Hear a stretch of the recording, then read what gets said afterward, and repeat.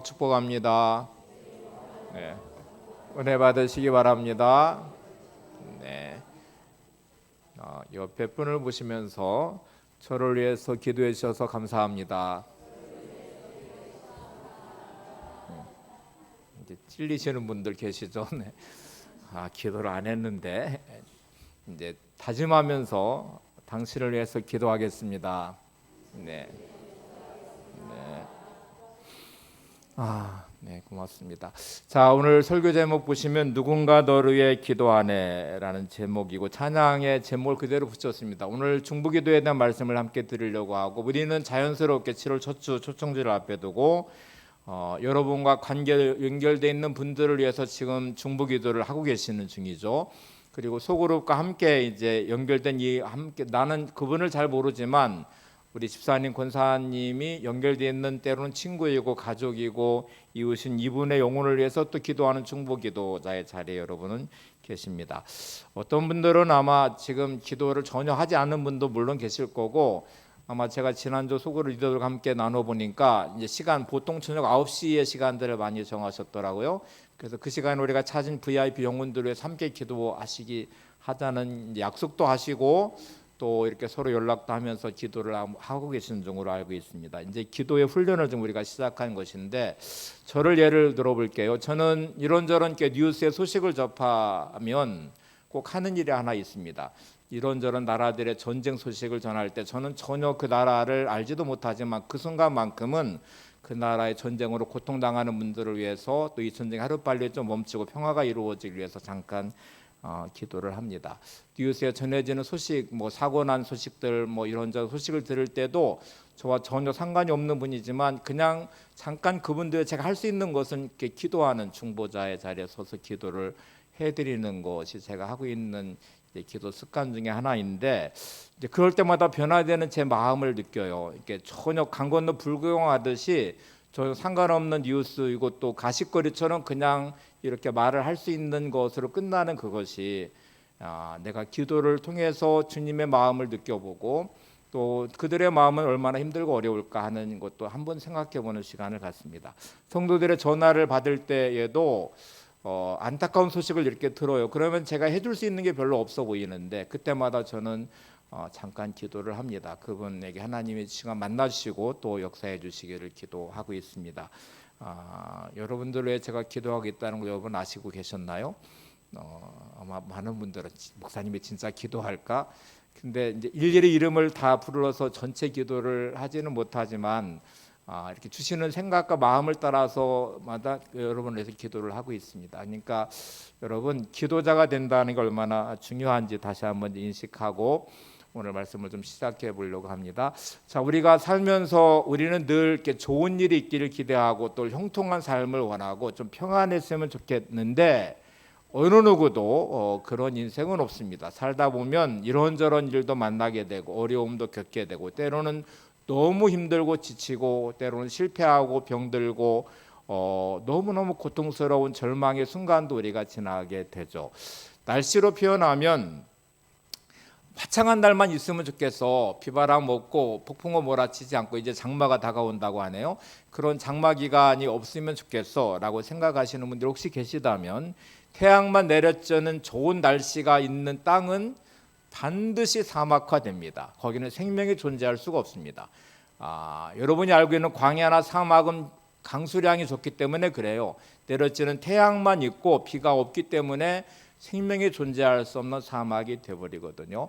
우리 인생에 때로 비바람 같은 여러 가지 어려움을 당하고 폭풍우 몰아치듯이 고난을 만나는 것, 이게 부정할 수 없는 우리의 현실이라면 그것이 마치 내 인생이 사막화되지 않도록 하나님 그 순간에 나의 영혼이 주의 은혜를 사모하고 주의 은혜의 담비를 구하고 그리고 내 영혼이 깨워서 주께 가까이 가는 영적 기회가 되기를 원합니다.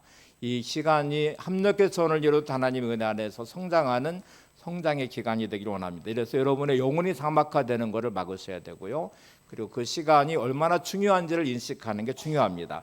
제가 기도하는 내용 중에 하나가 어려움을 만나는 저를 포함해서 우리 성도들의 어려움이 고난이 힘들고 어려운 시간이면 분명하지만 이게 인간 인생을 가정을 침몰시키는 자리가 아니라 하나님을 다시 만나고 신앙이 바로 세워지고 영적으로 회복되는 시간이 되기를 원합니다. 이런 고난과 어려움이 걸림돌처럼 넘어지는 자리가 아니라 디딤돌처럼 도약하는 하나님의 기회가 되기를 원합니다. 하나님의 역사하심이, 하나님의 능력이 경험되는 놀라운 인생으로 신앙에 성장하는 시간 되기를 원합니다. 이렇게 기도를 가끔 합니다. 여러분들 오늘 우리의 삶에 이런저런 문제를 만날 때마다 기도하는 기도의 삶이 여러분 안에 삶의 자리가 되시기를 바랍니다. 우리는 성령 충만함으로 부흥했던 초대교회의 어마어마한 환난과 핍박의 다가옴을 봅니다. 오늘 본문에는 그 절정에 이르러서 예수님의 사도인 야고보가 헤롯 왕에 의해서 죽임을 당하는 장면이 나옵니다. 사도행 12장 1절 2절을 보겠습니다. 그때 헤롯 왕이 손을 들어 교회 중에서 몇 사람을 해하려 하여 요한의 형제 야고보를 칼로 죽이니, 헤롯 왕이 교회를 핍박하기 시작했고 이 핍박은 어마어마하게 교회에 다가오면서 예수님의 제자인 사도인 요한의 형제 야고보가 칼로 죽임을 당하는 사건이 벌어지게 됐어요. 이제 그 아버지 헤롯 왕 때로부터 시작해서 이 이스라엘 땅, 팔레스타인 땅을 통치하게 됐는데 헤롯은 유대인 이스라엘 사람이 아니었습니다. 베두인의 족장이었는데 로마가 이집트를 이제 침략하러 이제 정복하러 가는 것에 이 사막을 광야를 지나가야 돼요. 근데 이 길잡이가 필요하고 안내를 해줘야 되는데 이거를 베두인 족장이었던 이 헤롯이 이 길잡이 안내를 맡아서 이 애굽 이집트를 점령하는 데 도움을 줬습니다. 그 공로를 인정받아서 이 팔레스타인 지역을 이제 통치하는 대리자가 돼서 통치하게 됐어요. 유대인들은 물론 이 헤롯 왕을 인정하지 않았습니다. 로마의 압제와 지배를 받는 것도 너무 힘들고 어려운데 또 이제 분봉왕이 되어서 이렇게 통치하는 헤롯을 인정하기는 쉽지 않죠. 거기다 또 세금을 내야 되니까. 그래서 이런저런 반역들이 많이 일어나고 분기가 일어나니까 유대인들의 마음을 얻기 위해서 성전을 짓기 시작해요. 유대인들은 성전을 너무너무 소중히 여기니까 성전을 조금씩 지어서 예수님 때에는 거의 40년 동안 성전을 지어가는 중이었습니다. 그렇게 유대인들의 마음을 얻어서 통치를 하고 있었는데 야고보를 죽이고 교회를 핍박하니까 유대인들이 너무너무 좋아해요. 그러니까 그 좋아함이 이제 동기가 돼서 헤롯은 그 여세를 몰아서 베드로까지 붙잡아서 죽이려고 하는 장면으로 본문의 내용이거든요. 자, 이제 첫 번째 우리 질문을 해보셔야 돼요. 예수 믿는 사람이 왜 고난을 당할까? 세상 사람들은 저렇게 잘 살고 있는데 우리는 왜 이렇게 어려움을 겪고 있을까? 교회는 왜 이렇게 핍박을 받고 있는 것일까? 이런 질문을 할 수밖에 없죠. 악인들은 저렇게 잘 되는데, 그렇게 나쁜 짓을 하고도 저렇게 잘 사는데 의인은 왜 고난을 당할 것인가, 당하고 있는가, 이런 질문을 할 때 우리는 일단 하나님의 이 공평함 안에서 악인과 의인과 선인에게 상관없이 내려지는 공평함이 있습니다. 우리 인생에 굴곡이 있듯이 우리 모든 인생은 또 죽음을 맞이하듯이 이 모든 것 안에서 공평함이, 성경 한 구절 한번 보세요. 마태복음 5장 45절입니다. 시작. 하나님이 그 해를 악인과 선인에게 비추시며 비를 의로운 자와 불의한 자에게 내려주심이라. 자, 여러분, 하나님께서 악인에게 해를 비춰주고 의인에게 내를 비춰주고 악인에게도 비를 내려주시고 의인에게도 불의한 자에게도 내려주신다. 이게 공평함이죠.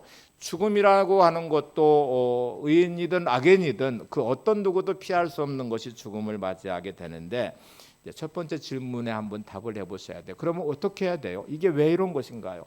하나님, 왜 악인들에게 의인들에게 똑같이 이렇게 대하십니까? 악인들한테 벌을 주시고 의인에게는 복을 주시고 교회는 부흥하게 하시고 뭐 이렇게 세상적인 이단들은 좀 망하고 뭐 그래야 될 것 같은데 왜 이런 게 안 될까요? 라고 질문하시면 이제 첫 번째 답을 찾아내셔야 됩니다. 저와 여러분은 세상 사람들과 다른 점은 하나님을, 예수님을 믿는 믿음의 사람들이죠. 그리고 또 하나 우리가 고백하는 건 하나님의 주권을 인정하는 것입니다.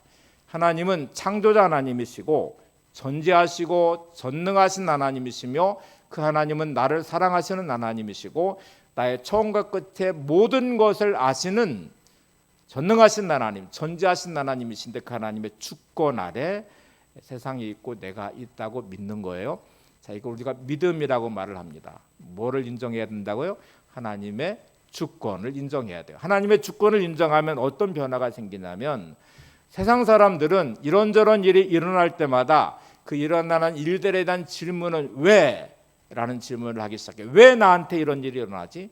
왜 그래? 라고 생각하면 이제 불평과 원망의 대상, 이렇게 만든 너가 있잖아, 이렇게 만든 남편이 있고 아내가 있고 부모가 있고 뭐 누가 있고 어떤 사람이 있고 뭐 나라가 있고 뭐 이렇게 막 하면 이제 그 분노와 원망이 그렇게 향해 쏟아지고 시작하고 또 불평과 원망을 해요. 그리고 답이 없는 현실 앞에서 그들은 절망하고 낙심하기도 합니다.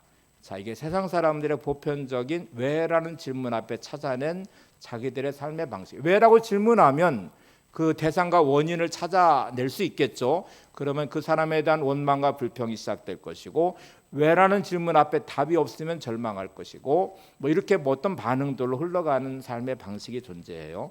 자, 우리는 하나님의 주권을 인정하는 삶에서 일어나는 일들은 이렇게 질문하셔야 됩니다. 어떻게? 따라서 해보세요. 어떻게? 자, 그러면 이제 삶의 방식이 달라지기 시작해요. 하나님이 나를 사랑하시는 게 분명하고, 하나님은 전능하신 하나님, 모든 걸 하실 수 있는 하나님이시고 모든 걸 아시는 전지하신 하나님의 주권 아래 내 인생이 들어있어요. 그러면 하나님의 뜻이 분명히 있겠죠. 이유가 있겠죠. 그런데 지금 나는 아직 모르겠어요. 퍼즐 조각 맞추도 한 조각으로는 그림을 모르겠고, 마치 모자이크의 조각을 맞추듯이 전체 그림의 내 인생의 그림을 하나님이 가지고 있지만 오늘 이 한 조각의 오늘의 이 사건은 어떤 그림인지 무슨 의미인지는 모르겠지만 그 밑그림에 맞춰야 되듯이 맞춰서 이렇게 붙여야 되듯이 우리는 어떻게라는 질문을 통해서 하나님의 뜻을 내가 잘 모르지만 하나님의 뜻이 뭐예요? 하나님의 이 주어진 내 삶을 내가 어떻게 하기를 원하세요? 이렇게 물으시면 그 어떻게에 대한 답을 찾으실 수 있습니다. 그러면 그 자리가 기도의 자리가 될 것이고 말씀에 순종하는 자리가 될 것이고, 이 과정을 통해 하나님은 어떤 영광을 받으실 것인지도 생각해 보면서 우리의 삶을 세워가게 될 것입니다. 자, 이제 이 첫 번째 질문의 답을 얻으셨으면, 자, 이제 오늘 헤로당 얘기로 한번 돌아가 보죠. 사도행전 12장 3절을 보세요. 유대인들이 이 일을 기뻐하는 것을 보고 베드로도 잡으려 할새 때는 무교절 기간이라. 자, 일단 두 번째 장면으로 가서 헤롯은 아까 말한 대로 이제 유대인들의 이 마음을 얻어야 되는 입장이에요. 통치를 원활하게 하기 위해서 성전을 지어가면서 이제 마음을 얻었는데, 이제 통치를 편하게 하려고 하다 보니까 이제 유대인들의 마음을 얻어야 되는데 예수 믿는 사람들, 교회를 핍박하고 야고보를 죽이니까 너무 좋아하는 거예요, 유대인들이. 그래서 야, 좋아하는구나. 그리고 이제 베드로까지 잡아서 죽이려고 하는데 무교절 절기였습니다. 6월절 다음에 이제 무교절 연결되잖아요. 그러니까 이 절기 때 사람을 죽일 수 없는 유대인들의 법을 존중해서 그러면 그 다음 날 죽여야 되겠다 하고 이제 베드로를 감옥에 가두게 됩니다. 자, 이제 두 번째 질문을 한번 해봐야 됩니다. 헤롯 왕의 관심은 지금 어디에 있냐면 옳고 그름에 있지 않아요. 진리나 비진리냐에도 헤롯 왕의 관심이 아니에요. 통치자인 헤롯은 정당한 권력으로 통치를 하려면 옳고 그름을 분별할 줄 알아야 되고요. 그리고 그 권력을 공적으로 잘 사용해야 되죠. 정의를 이루어야 되고 진리를 따라서 해야 되고 옳음에 따라서 해야 되는데, 헤롯 왕의 관심은 어디에 있냐면 유대인들이 좋아하냐 싫어하냐, 옳고 그름에 관심이 별로 없어요. 그게 진리냐 비진리냐도 중요하지 않아요. 내가 이들을 통치해야 되는데 이들의 이거를 좋아하면 그거는 뭐 야고보를 죽이는 거 전혀 개의치 않죠. 교회를 핍박하는 것도 개의치 않죠. 베드로를 죽이겠다고 하는 것도 개의치 않죠. 자, 두 번째 질문의 답을 찾아볼까요? 여러분은 여러분의 삶에 관심이 뭐예요? 어떤 기준으로 삶을 움직여 가시나요?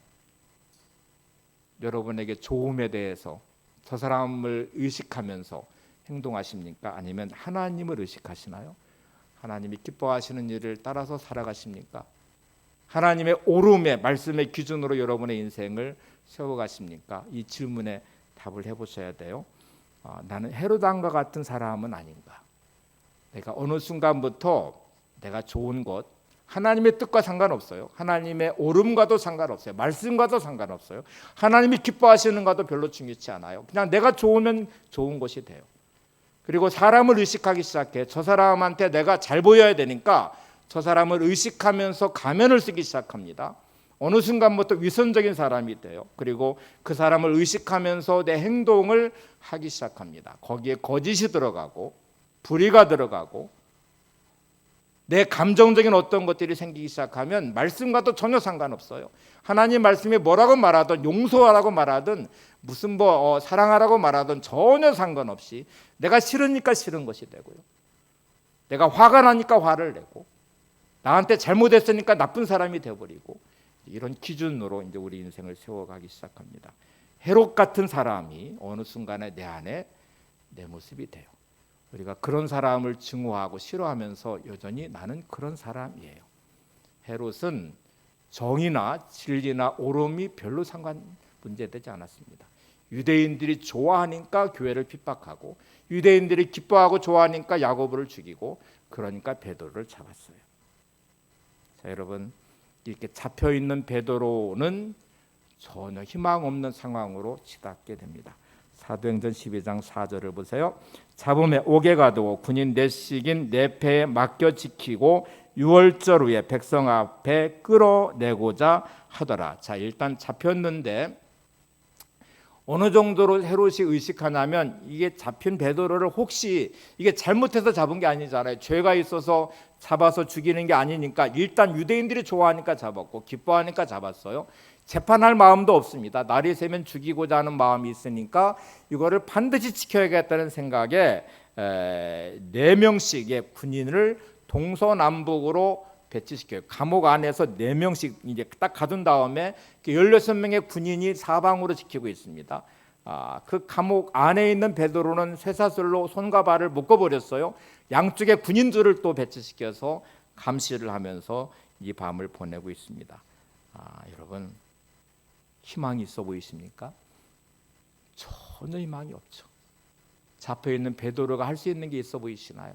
할 수 있는 게 별로 없죠. 우리의 삶이 이럴 때가 많아요. 때로는 묶여버린 나의 현실이 물질의 결박이든 질병의 결박이든 관계의 결박이든 어떤 일이 벌어졌는데 이 상황은 아무리 생각해봐도 답이 없어요. 이 끝의 결론은 너무 뻔한 것 같아요. 날이 새면 죽을 수밖에 없는 베드로처럼. 그리고 헤롯 왕이 절대 권력을 가지고 여기를 붙잡았고 손과 발을 쇠사슬로 채워버렸고 4군데에 4명씩 군인 16명을 배치했고 그 옆에 2명의 군인을 또 감시하면서 옆에 또 세워놨고 그 어떤 가능성도 보이지 않는 상황에서 지금 교회는 위기를 만났습니다. 오늘 사도행전 12장에 있는 초대교회는 오순절 성령 강림의 사건 이후에 이들이 나가서 전도했는데 베드로의 설교로 3,000명, 5,000명이 회개 실심하고 들어와서 수만 명의 교인들이 됐지만 조직도 없어요. 예배할 공간도 없는 상태예요. 여기에 무슨 이렇게 조직이 세워져서 뭔가 체계적으로 움직일 수 있는 게 아니에요. 지금 야고보가 예수님의 자인 야고보가 죽었고 베드로도 죽으면 뿔뿔이 다 흩어질 수밖에 없는 너무나 큰 위기에 직면해 있는데 교회는 이 순간에 무엇을 했을까? 사도행전 12장 5절을 보세요. 이에 베드로는 옥에 갇혔고 교회는 그를 위하여 간절히 하나님께 기도하더라. 베드로가 옥에 갇힌 이 상황에 교회는 뭐를 했대요? 그를 위하여, 베드로를 위하여 하나님께 간절히 기도하더라. 기도를 하고 있습니다. 자, 이제 세 번째 우리가 다시 질문을 해보셔야 돼요. 아주 단순한 이 상황을 여러분의 삶에 대입을 한번 해보시죠. 되게 어떤 일이 벌어졌어요. 이 벌어진 상황이 너무 힘들고 어려워요. 그러면 뭔가 조치를 해야 될 것만 같아요. 그래서 여러분은 무엇을 하십니까? 되게 세상 사람들은 이제 보편적으로 한번 질문을 바꿔볼게요. 세상 사람들은 뭐를 할까? 방법을 찾아야죠. 그래서 이거를 도울 수 있는 사람이 있는가 두리번거려서 사람을 찾아볼 거예요. 그리고 그 사람이 권력자이라면 그 사람한테 도움을 구해서 이 상황을 풀어보려고 할 것입니다. 돈이 필요해? 그러면 돈을 모아서 뇌물이라도 줘서 할 것입니다. 방법이 없어 보이면 그냥 육탄전이라도 가서 막 데모를 내서라도 좀 뭔가 항변을 해서라도 풀어보려고 할 것입니다. 이게 보편적인 방식이에요. 여러분은 이 보편적인 방식을 따라서 오늘도 살아오고 계셨다면 초대교회 성도들과 전혀 다른 방식의 신앙생활을 하고 계신 거예요. 문제가 일어났어요. 뭔가 해야 될 것 같아요. 방법이 없어 보이지만 그래도 뭔가 해야 될 것 같아요. 그래서 사람을 찾아가기 시작해요. 또 뭔가 막 수를 써서라도 뭔가 해서 도움을 구해야 될 거예요. 그래서 힘 있는 사람을 찾아가 봐요. 돈을 요구하면 돈이라도 모아서 줘야 될 것 같아요. 이것도 저것도 안 되면 가서 발악이라도 해봐서 막 소리라도 쳐보고 뭔가 따져라도 봐서 억울함을 좀 풀어보고 싶어요. 근데 여러분, 그게 진짜 방법이 될까요? 헤로드 왕이 붙잡았고 죽이기로 결정했고 날만 새면 죽을 것이고 16명의 군대가 사방으로 지키고 2명의 군대는 베드로 옆에 붙어있고 손발이 쇠사슬로 차여있고 이 상황 안에서 어떤 방법이 통할 것 같아요? 방법인 것 같지만 방법이 아니거든요. 여러분, 그게 여러분의 길인 것처럼 보이고 방법인 것처럼 보이지만 우리는 그 순간에 믿음을 버렸습니다. 하나님을 버렸습니다. 말씀을 버렸습니다. 더 무서운 사실은 기도를 버렸어요. 여러분은 정말 해야 될 기도를 버렸어요. 마음에 일어나는 분노심 때문에, 억울함 때문에, 불안과 두려움 때문에 이런저런 방법이 있는 것처럼 착각하는 순간에 몸은 분주하게 움직이지만 하나님이 정말 기대하시는 기도가 사라져 버렸습니다. 이게 우리의 진짜 문제입니다. 고난과 위기를 누구나 만날 수 있지만 왜라고 질문하는 대신에 어떻게라고 물으셨고 하나님의 주권을 인정하셨다면 여러분은 하나님 품으로 오셔야 돼요. 하나님께 기도하셔야 돼요. 그게 우리가 해야 할 일이거든요. 지금은 매가 거의 사라진 것 같은데 제가 어릴 때만 해도 공중에 매들이 이렇게 돌아다녔던 기억이 나요. 저희 집에도 이렇게 닭들이 있었던 기억이 나는데 매가 공중에서 이렇게 휴전하기 시작하면 병아리들이 막 쏜살같이 달려들기 시작하는데 막 소리 지르며 달려드는데 어디로 가냐면 엄마 닭의 날개 안에 들어가요. 그리고 엄마 닭은 날개로 품어서 콕 제자리에 머물러 있어요. 이게 보통 병아리들이 푸는 방식이거든요. 다윗은 사울왕에 쫓겨서 고난당하고 도망자가 되는 가장 절박한 순간 3,000명의 군대를 동원하거든요. 사울왕이 추격해 올 때마다 도망가서 갇혀버린 동굴 안에서 그는 기도를 시작합니다. 이곳이 주의 날개 아래 거하는 제가 되기를 원합니다. 주의 품 안에 있기를 원합니다. 주님이 나의 산성 되시기를 원합니다. 이렇게 고백하며 하나님의 품 안에서 그의 삶을 세워놓아요. 기도를 하고 있어요. 여러분은 이 기도를 드리십니까?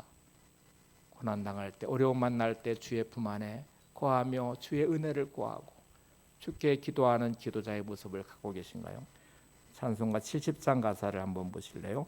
피난처 있으니 환난을 당한 자 이리 오라.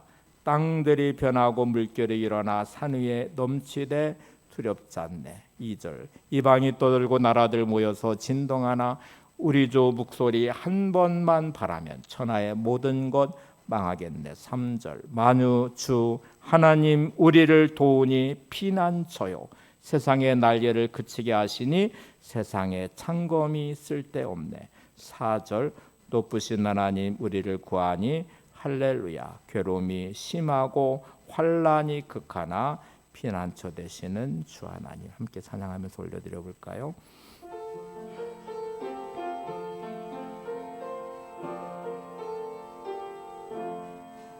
피난처 있으니 환난을 당한 자 이리 오라. 땅들이 변하고 물결이 일어나 산 위에 넘치되 두렵지 않네. 이방이 떠들고 나라들 모여서 진동하나 우리 주 목소리 한 번만 가라면 천하의 모든 것 승하겠네. 만유주 하나님 우리를 도우니 피난처요. 세상의 난리를 그치게 하시니 세상에 창검이 쓸데없네. 높으신 하나님 우리를 도우니 할렐루야. 괴로움이 심하고 환난이 극하나 피난처 되시는 주 하나님. 대개 동굴의식을 가진 사람들은 어느 상황을 만나면 동굴에 갇힌 듯 끝났다고 생각합니다. 갇힌 상황이 나를 끝내버릴 상황처럼, 더 이상 희망 없는 것처럼 말합니다. 다윗은 수없이 동굴에 갇힌 경험을 했어요. 사울 왕의 군대가 추격했고 포위했고, 그때 다윗은 자신의 생각을 바꿔 이것이 주님의 날개 아래 피한 곳으로, 주님의 그늘 아래 거하는 곳으로, 산성이신 주님 안에 보호하심 받는 자리로 자신을 고백하고 기도합니다. 여러분, 동굴의식이 터널의식으로 바뀌면 어떻게 될까요? 산 같은 장애물이 되게 가로막혀 있는데 여기에 터널을 뚫어요. 그러면 지름길이 되고요, 순식간에 이걸 통과하게 돼요. 내가 기도하는 자리는 나가 갇혀버린 동굴에 하나님은 터널을 뚫으실 것입니다. 하나님의 나를 통해 인도하심에 희망 없는 그 순간 하나님의 기적의 자리가 될 것입니다. 홍해가 가로막혀 있어도 하나님을 바라보며 기도하는 순간에 홍해에 길을 내신 하나님을 경험하게 되죠. 우리가 이 믿음이 정말 중요하잖아요. 그러면 나는 이 믿음으로 오늘의 내 삶을 세워가고 있는지를 보셔야 돼요. 다시 이제 병아리 이야기로 가볼게요. 매가 공중에 떠서 돌고 있어요. 그리고 병아리는 순식간에 이 두려움에 사로잡혔어요. 병아리가 대처하는 방식을 이렇게 생각했습니다. 나한테 부리가 있잖아. 그래서 하늘을 향해서 조그만 부리를 내세우면서 아주 그냥 두 눈을 부릅뜨고 이제 있어요. 자기를 지킬 수 있을까요? 나는 두 다리가 있네. 그래서 열심히 도망을 쳐요. 그러면 매로부터 자유로울까요? 혹시 여러분이 하고 있는 행동이 이런 모습이 아닌가요? 병아리가 할 수 있는 최선의 방법은 엄마의 날개 아래 숨는 것입니다.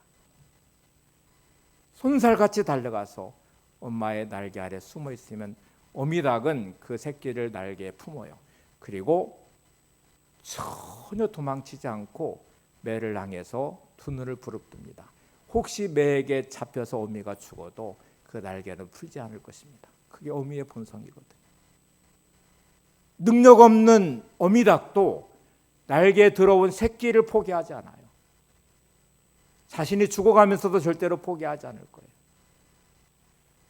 하나님의 날개 아래 거하는 여러분, 혹시 기도로 주님의 품 안에 거하시면 하나님은 여러분을 절대로 포기하지 않을 것입니다. 하나님은 여러분을 절대로 놓지 않으실 것입니다. 전능하신 하나님은 여러분을 충분히 지키시고 보호하시고 인도해 가실 것입니다. 오늘도 내게 이 믿음이 있으셔야 돼요. 이제 또 다른 질문으로 드려볼게요. 무신론자들이 있어요. 무신론자들의 행동을 한번 보세요. 이들은 하나님을 절대로 신을 믿지 않아요. 무신론자들은 온종 자신들의 삶은 자기가 책임을 져야 됩니다. 문제가 생겼어요. 그러면 기도할 대상이 없죠. 기도할 대상이 없으니 기도하지 않을 것입니다.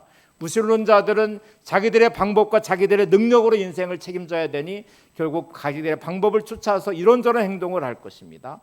그리고 한계에 부딪히면 그들은 절망할 것이고 더 이상 희망 없는 인생으로 자기 인생을 세우실 것입니다. 세울 거예요. 여러분들은 무신론자인가요? 하나님을 믿는 믿음의 사람들이잖아요. 근데 왜 무신론자처럼 사세요?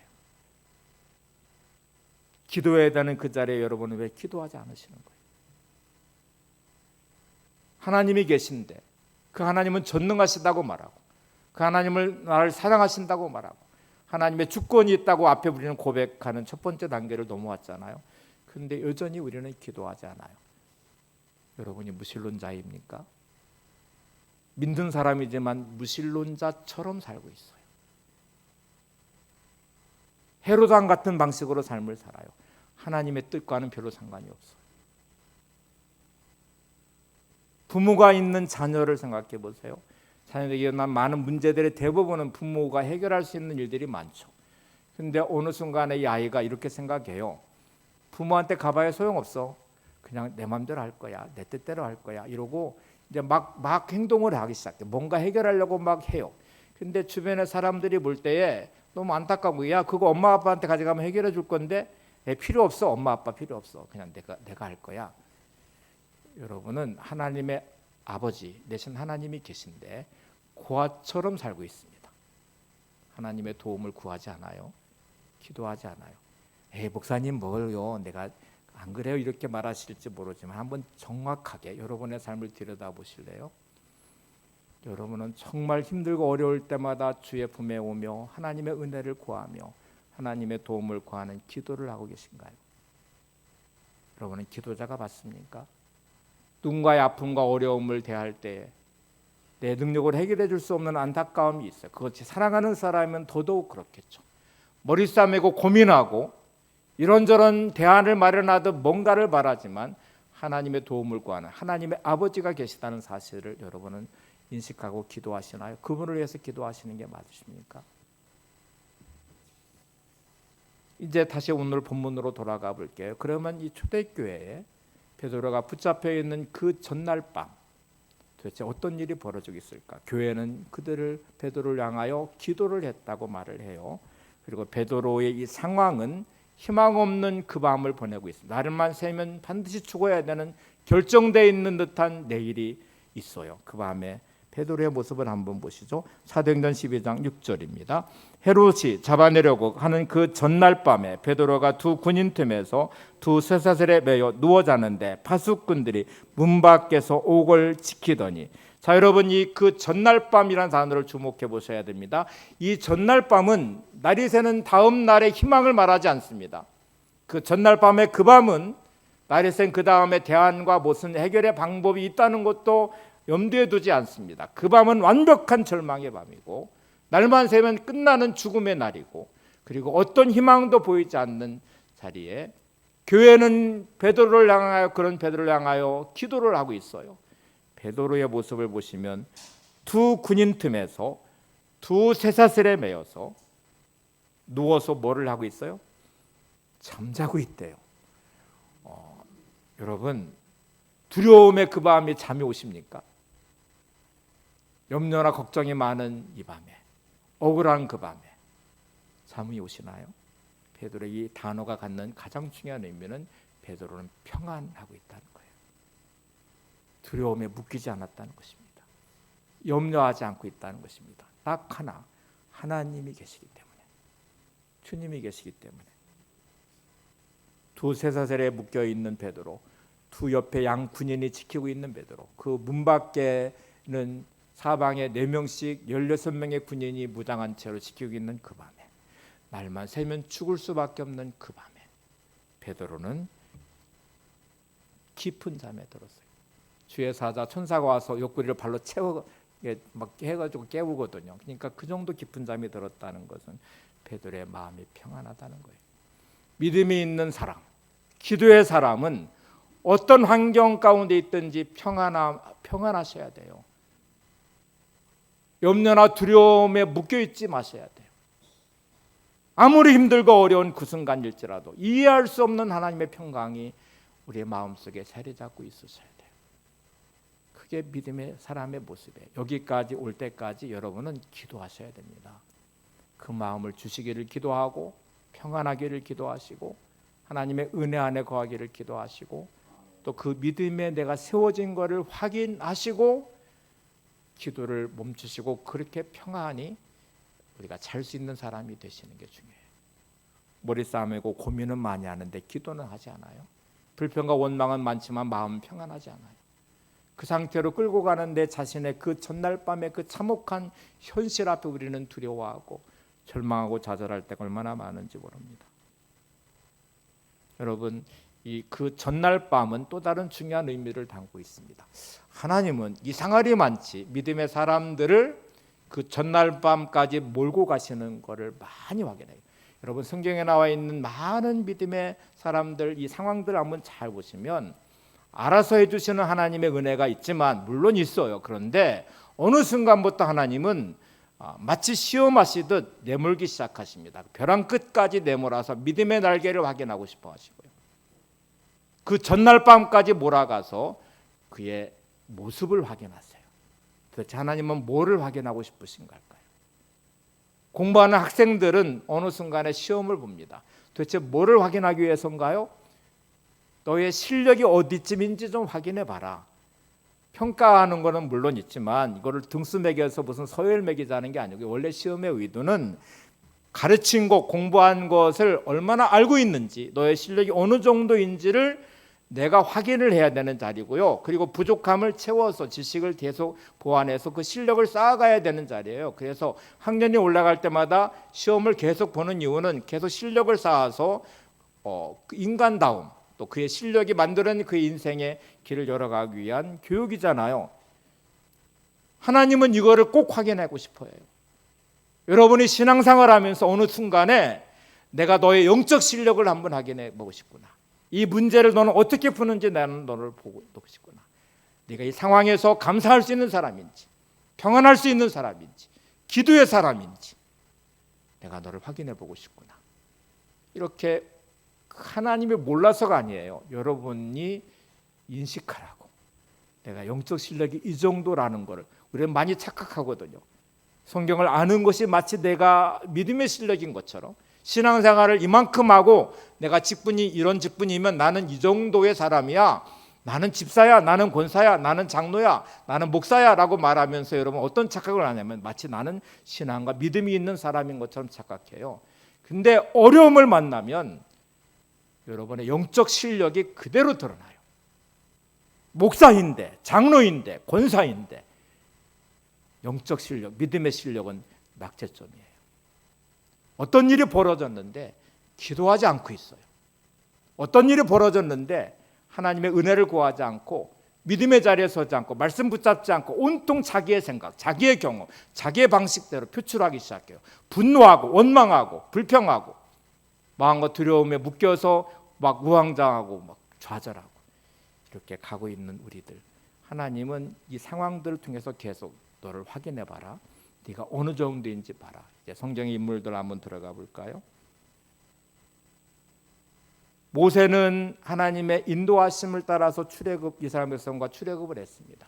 이 긴 행렬이 모세가 의도한 바를 따라 가나안에 땅한 그냥 정로 왕의 길이라고 하는 행로를 따라서 가는데 갑자기 하나님이 이 행렬을 돌이켜 가지고 가라는 방향이 있어서 가보니까 홍해 바닷가한테 딱 막아놔 버렸어요. 아니 하나님이 가라고 해서 갔는데 이 잘 가고 있는 행렬을 따라가면 가나안으로 가는 왕의 길이란 행렬이 길이 있는데 왜 하나님은 갑자기 돌이켜서 엉뚱한 곳으로 인도했는데 진을 치고 보니까 앞에는 홍해 바다가 가로막혀서 건너갈 수가 없네요. 근데 설상가상으로 뒤에는 애국 군대가 추격해 바로 마음이 완악해 해서 추격하는데 무장한 군인들이 군대가 동원된 애국 군대가 추격해 와요. 이 상황에 내몰린 이스라엘 백성들은 온통 원망과 불평을 쏟아내기 시작합니다. 모세를 원망하고 하나님을 원망하면서 우리를 여기서 가두어서 죽게 만들었구나라고 말해요. 하나님 어떻게 이럴 수 있냐고 말을 해요.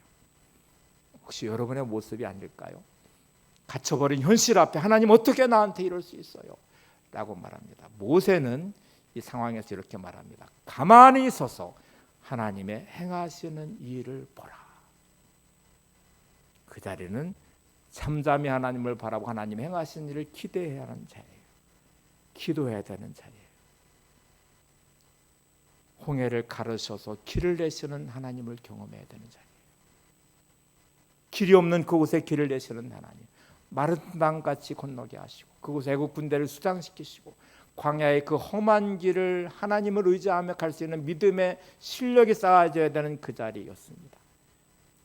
아브라함이 하나님의 말씀에 따라 순종하며 이제 본토 친척 아버지의 집을 떠나서 할 바를 알지 못하고 순종해서 갔어요. 하나님 약속하신 그 땅에 가서 보니까 그 땅에 기근이 들어버렸어요. 아니 잘 살고 있는 나를 하나님이 갑자기 부르셔서 가라고 하는 곳에 순종했더니 왜 기근 만난 땅에 나를 여기다 인도하셨을까? 양떼도 있고 소떼도 있고 물이 있고 풀이 있어야 되는데 기근 만난 그 땅에 도대체 어떡하라는 말인가?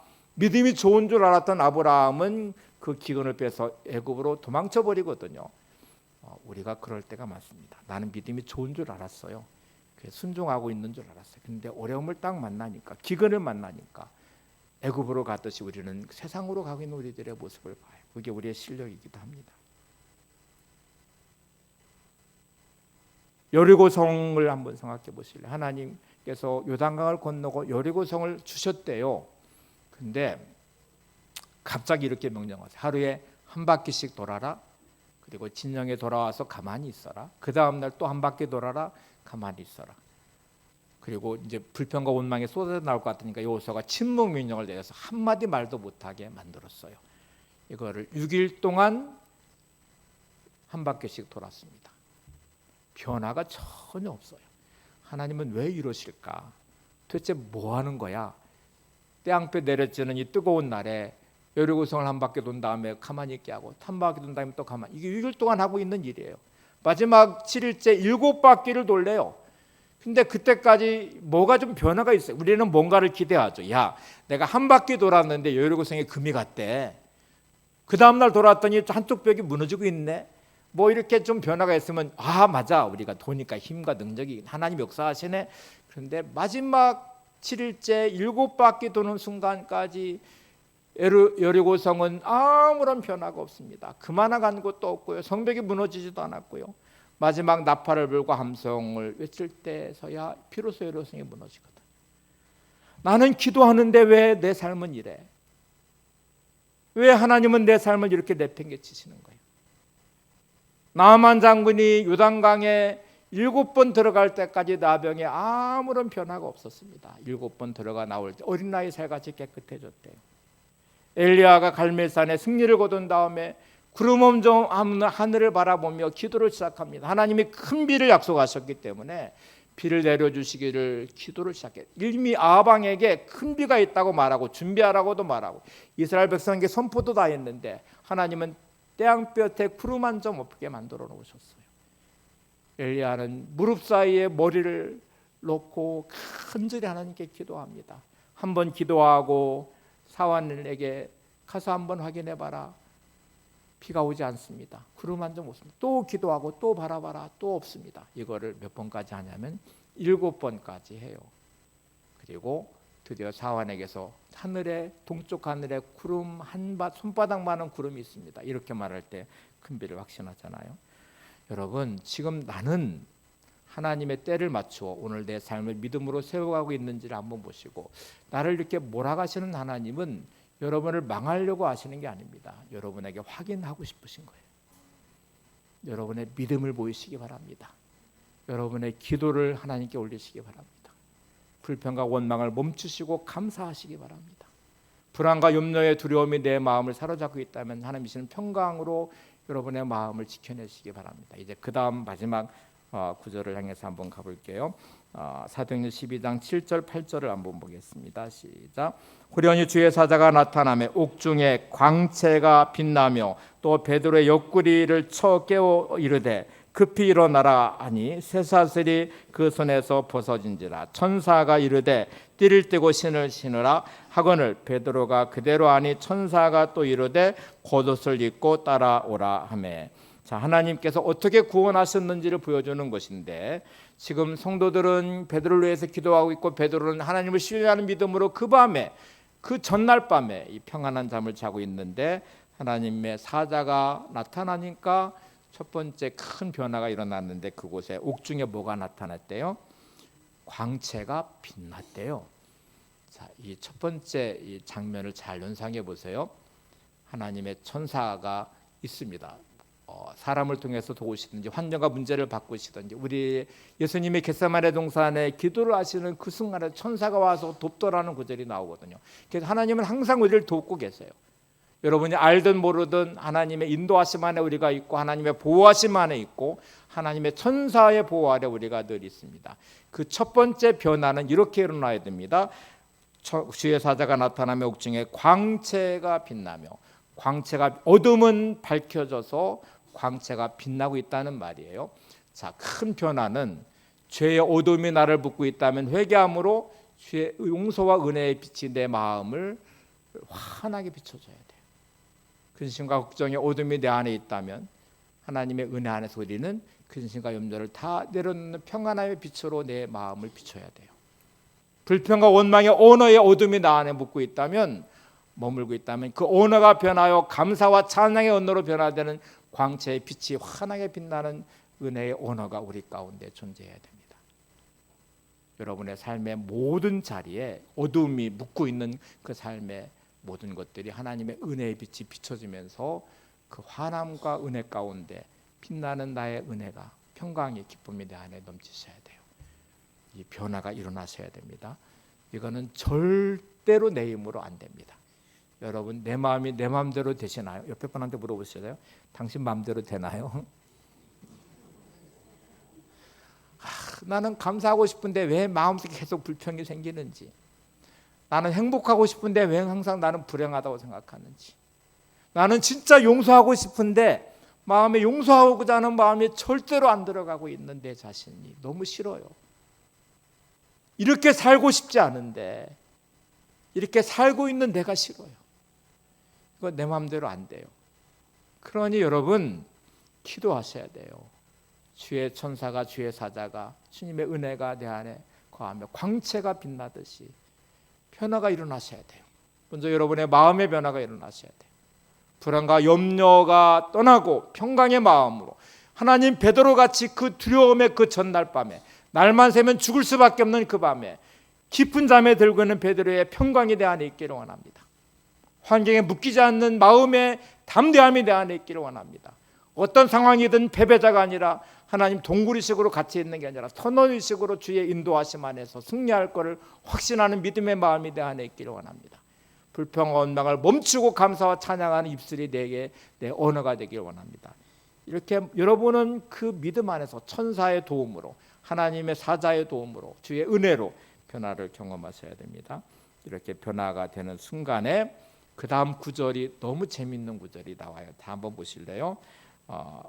쇠사슬이 그 손에서 벗어진지라. 자, 옆에 보시면 베드로의 옆구리를 쳐서 깨웠어요. 깊은 잠에 들었으니까 쳐서 깨웠어요. 그리고 급히 일어나라 하시니 쇠사슬이 벗어진 다음에, 그 다음에 보세요. 천사가 이르되 띠를 띠고 신을 신으라 하거늘 베드로가 그대로 하니 천사가 또 이르되 겉옷을 입고 따라오라 한대. 여러분, 보통 이런 위기와 어려움 속에서 만약에 베드로를 깨워가지고 인도한다면 지금 막 신발을 신을 여유가 어디 있어요? 옷을 입을 여유가 어디 있어요? 근데 띠도 떼라, 또 신도 신어라, 겉옷도 입어라 이러고 지금 천사 지금 얼마나 급한데 그냥 막 빨리빨리 도망갈 수 있게 도망가야 될 것 같은데 이렇게 여유를 보시나요? 지금 하나님이 이 상황을 통제하고 계신 것이죠.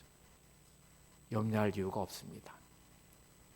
여러분, 조급한 마음을 내려놓으셔야 돼요. 어느 순간부터 조급해지기 시작해요.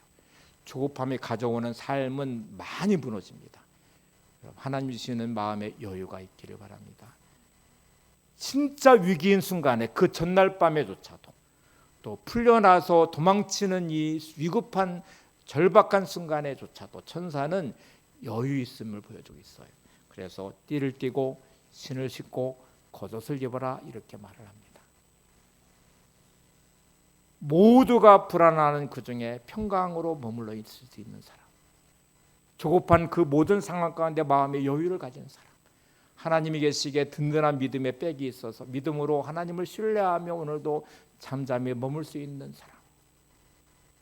사울왕이 3,000명의 군대를 동원해 다윗을 죽이려고 두 번의 동굴 속에서 다윗은 갇힌 상태로 사울왕에 들어오거든요. 근데 두 번의 기회를 가져요. 사울왕을 죽일 수 있는 기회를. 그때 다윗의 여유는 뭐냐면 하나님이 계시기 때문에 죽이지 않고 사울왕을 풀어주는 장면이 나오거든요.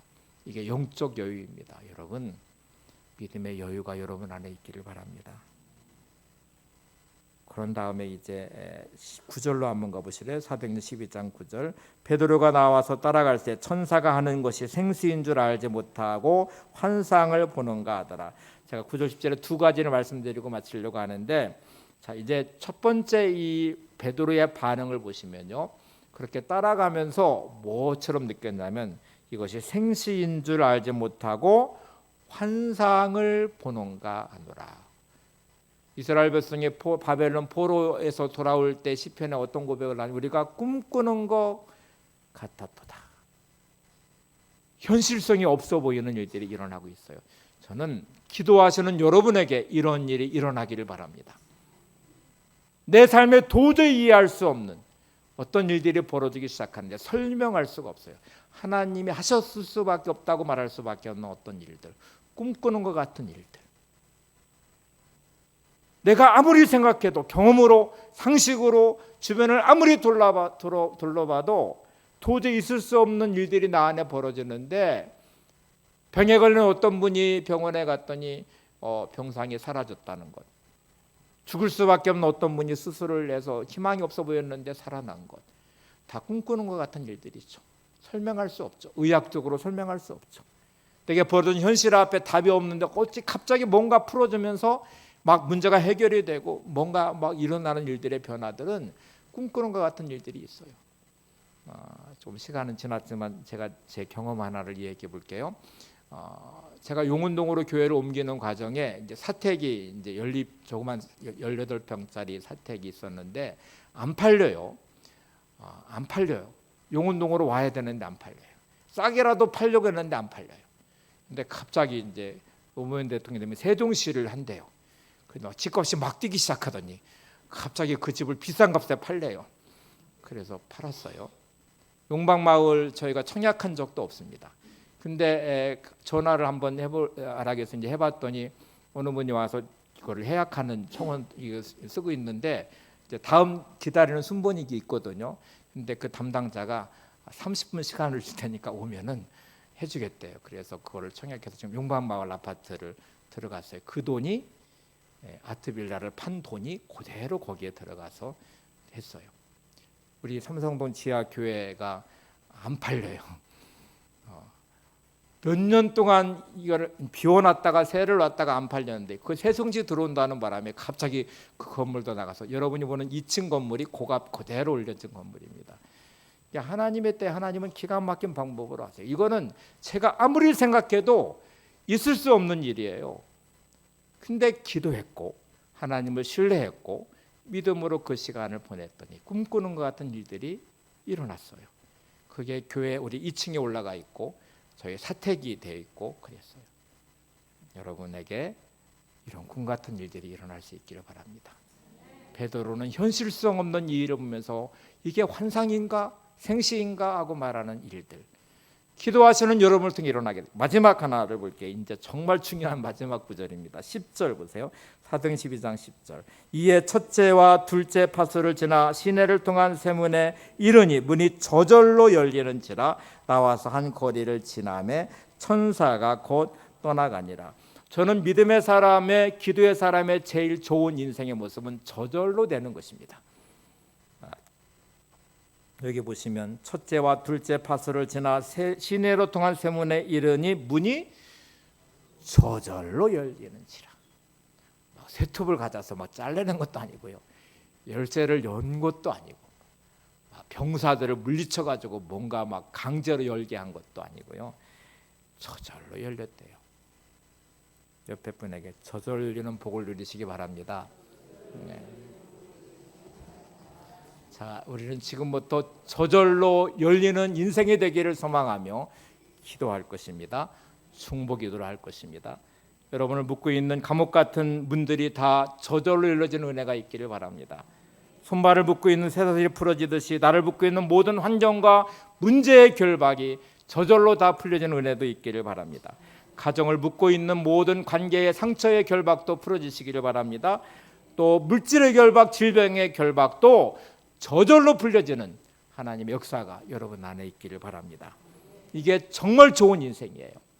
우리가 예측 가능한 인생을 기대하지 마시고 하나님을 통해 저절로 열려지는 인생을 소망하시고 기대하시고 하나의 자유함을 얻으시고 승리하시는 여러분들 되시기 바랍니다. 우리는 이제 하나 놀랄 준비를 하고 있습니다. 여러분 관계를 맺고 있는 분들의 영혼들을 지금 보고 기도하고 계셔요. 아이고 기도한다고 무슨 뭐 그 사람이 교회에 절대 안 올 것 같아. 그냥 하라고 하니까 그냥 기도하는 거야. 또 우리가 함께 뭐 중보기도 한다고 뭔가 일어나겠어? 라고 했는데 여러분 초청절이 되면 여러분 놀랄 준비를 하세요. 저절로 되는 은혜를 경험하시게 됩니다. 저 사람이 교회를 나와? 교회를 나온대? 나는 그냥 한 말인데 교회를 온대? 이렇게 생각하는 저절로 열리는 역사, 우리가 기대하는 바고 저는 놀랄 준비를 하고 있습니다.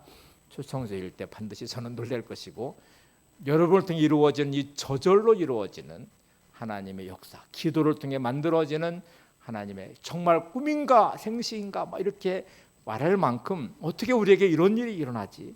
초대교회는 그랬습니다. 하나님의 부흥은 놀랄 만큼 상상을 초월할 만큼 하나님의 역사와 능력 안에서 날마다 믿는 자가 되어졌대요. 베드로의 설교 하나에 3,000명 5,000명이 회개했대요. 그리고 이 어마어마한 비법과 혼란 가운데에도 저절로 풀려지는 역사와 저절로 문이 열려지는 역사가 초대교회 부흥의 역사의 중심에 있었습니다. 오늘도 우리에게 그런 은혜가 있기를 바랍니다. 우리 함께 찬양하고 기도.